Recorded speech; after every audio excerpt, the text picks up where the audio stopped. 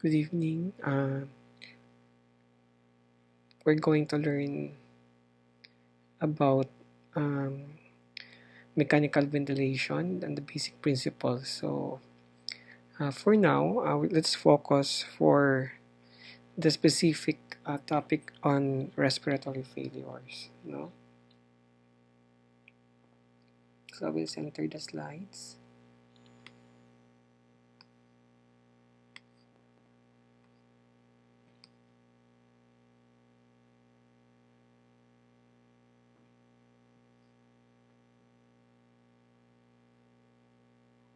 So, any idea about what is respiratory failure?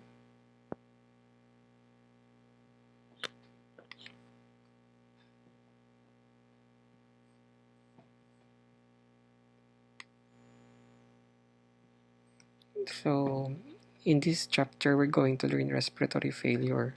So, we define respiratory failure as the inability to maintain either one normal delivery of oxygen to the tissue the normal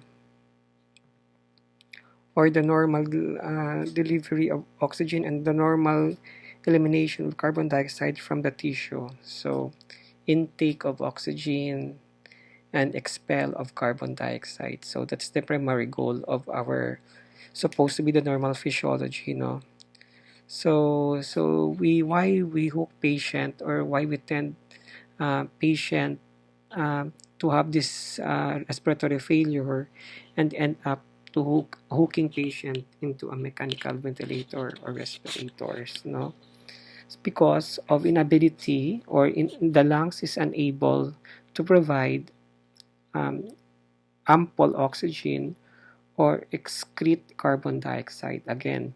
So if the patient or the person has an inability to provide oxygen and excrete carbon dioxide, this is a classical example of respiratory failure. So patient in acute respiratory distress, no? So there are two types according to the flow algorithm, no, or the flow chart. So we have uh, the failure of carbon dioxide or homeostasis or ventilatory pump or pump failure, and we have the failure of oxygen, failure of oxygenation or lung failure. So pump failure and lung failure. So this is only a summarize no sa in your EGANs no under critical care nga chapter. So sabi doon, if there will be an ability of pump failure or ventilatory failure, there is a case of hypercapnic respiratory failure. So hypercapnic is considered to be type 2 respiratory failure, no? Kasi if you go deeper with the literature under your book, no, and then the hypoxemic respiratory failure, which came from the cause is lung failure or failure to oxygenate, that is hypoxemic respiratory failure. So from the word hypoxemic, it means that unable to undergo the what we call the process of gas exchange, no? So the level of your oxygen from the word hypoxemic is lowered. And then let's proceed. So one typical figure is the upper is the figure A represent PaO2 under room air, and the other is the PaO2 of a person under 40% PaO2. So it seems to be, if you review the figures at room air, so at room air siya, pero in the figure A, pero hindi enough ang PaO2 gradient niya. Compared to your second at at a 40% PaO2, it's nearly near the normal PaO2 value. So that was the computation before when you are in first year, the computation of AA gradient and derivation of your partial pressure of oxygen in arterial level and alveolar level. So oxygen failure, for a severe hypoxemia that does not respond moderate to high level of supplemental oxygen. So it can be less than 40 millimeters with an FiO2 of more than 60%. So there are some causes of hypoventilation. These are causes of oxygenation failure. Hypoventilation, the patient is not breathing shallow breath. When you say hypoventilation, the patient seems to breathe with outside the normal range, so shallow breathing. So for example, the normal breathing is 12 to 16 cycles per minute. So the patient is apneic, or experiencing apnea. So it means that the patient has bradypneic or have a slow breathing pattern. So there is a low percentage of oxygen, so that will result to hypoxemia. Then ventilation perfusion mismatch or VQ mismatch. So there is a shunting. So it can be an intrapulmonary shunting. The patient hindi nag-improve ang kanyang oxygenation with an FiO2 Example, naka-supplement na siya of more than 60%. So this is a severe hypoxemia case, So the PaO2 is less than 40 millimeters. So severe hypoxemia. So next, we have the intrapulmonary shunt or low VQ. So refer to the perfusion in excess of ventilation. So shunt blood is not useful in gas. So this is a typical type 1, Hindi nagpe-perfuse ang patient, so does not overcome the normal physiology of gas exchange.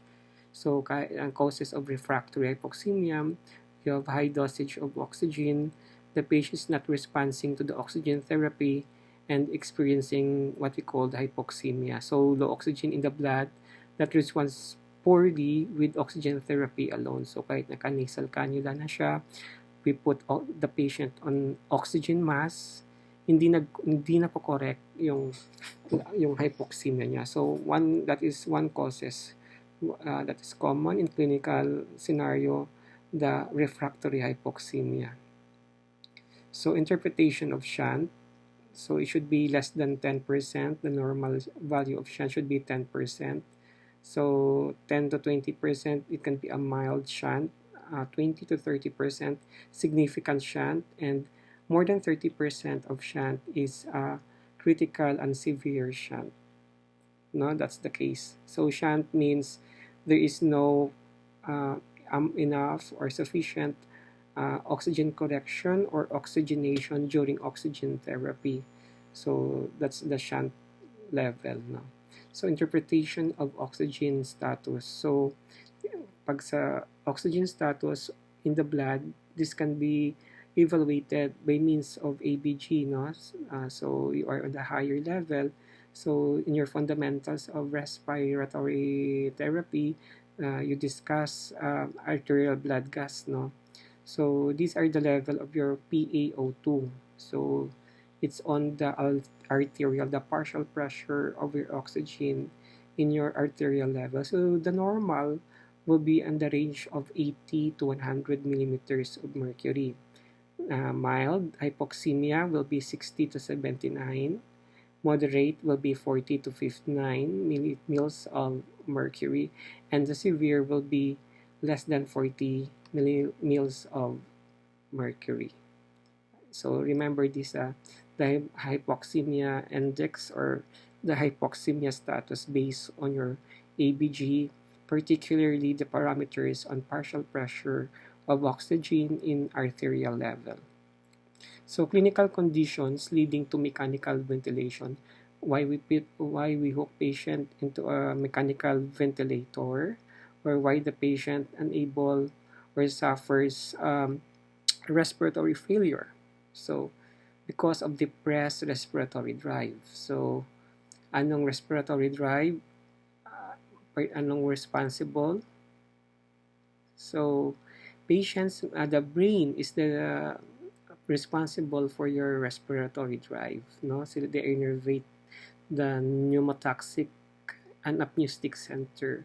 It is the work of your pons and the medulla oblongata, no, to perform receptors to initiate breathing, no. So patients may have normal pulmonary functions. They can breathe, but the respiratory muscles do not have adequate neuromuscular impulse to function properly. So the muscles or the neuromuscular innervation does not function. So ibig sabihin, this patient nang meron silang mga chronic disease sometimes that the receptors cannot sense the PCO2 level that triggers or can be the stimulus for the innervations of breathing. So this may lead to hypoventilation due to decrease in alveolar ventilation. So hindi siya nag-ventilate because of depressed respiratory drive. It is more on the brain, no? Magsabi ka depressed respiratory drive because it is responsible. So what are the causes of depressed respiratory drive? So drug overdose, acute spinal cord injury, neurologic dysfunction or coma, sleep disorder, and metabolic alkalosis. So these are the causes of depressed respiratory drive. Then second, we have clinical condition leading to mechanical ventilation. So another is excessive ventilatory workload. So pag masyado nang use yung muscles, what will happen? If the patient is exacerbation is a term na grabe ang pattern ng breath ng patient to compensate the oxygenation. So because of homeostasis, the body needs to compensate, no, either to flush out carbon dioxide or intake niya, or there will be an excessive use of respiratory muscles. So one factor is there will be an increase of work of breathing. So mapapagod yung respiratory muscles. If there will be an increased WOB or work of breathing, leads to fatigue of respiratory muscle, and then eventually leading to a ventilatory failure and subsequently oxygenation failure. So pag napagod na yung ventilatory muscles nyo, so hypoxemia or oxygenation failure will follow. So causes of excessive ventilatory workload. Bakit nag-overuse or nag-hyperventilate yung lungs? It is due to acute airflow obstruction. So if there will be an obstruction, mag-exert ng effort for work of breathing ang lungs, no? So congenital heart disease. So it's congenital means inborn. Baby pa lang, there are some cases na may mga problem na yung heart ng baby. So it's congenital factor. So another is increased metabolic rate and decreased compliance. So decreased compliance, yung baga kahit anong exert ng muscles niya, the compliance of the lungs, static usually, doesn't work, hindi siya sufficient. So there will be an overload of ventilatory workload, no? So mapapagod yung lungs. So what are the condition for ventilatory pump failure? Or pag sinabing ventilatory pump, parang bellows. There is a bellow, parang spring effect, no, ng lungs natin. So the structure dysfunction of respiratory system include lung parenchyma. So this can be a respiratory structural dysfunction, respiratory muscles mo napapagod, chest wall compliance, no? This may lead to ventilatory subsequently failure, no? Yung chest wall compliance mo. So these are the clinical conditions. So as we go on to next slide, so causes of ventilatory pump failure. So these are the causes electrolyte imbalance. So what is an electrolyte imbalance? So kulang yung nutrition to perform the work of breathing. So wala kulang, not malnourished, or you have no energy to use in order to execute or perform the passive stage of breathing, which is inhalation. So napapagod yung ventilatory muscles because kulang sang energy. So indication ito, acute. We have the acute, we have the impending ventilatory failure. No, later we will see in the chart. No, this is only indicative, no, indicatory sa atin. Pero let's simplify this. We're going to simplify. If we're going to simplify this table based on your EGAN, so these are the simplified table for type 1 respiratory failure and type 2 respiratory failure.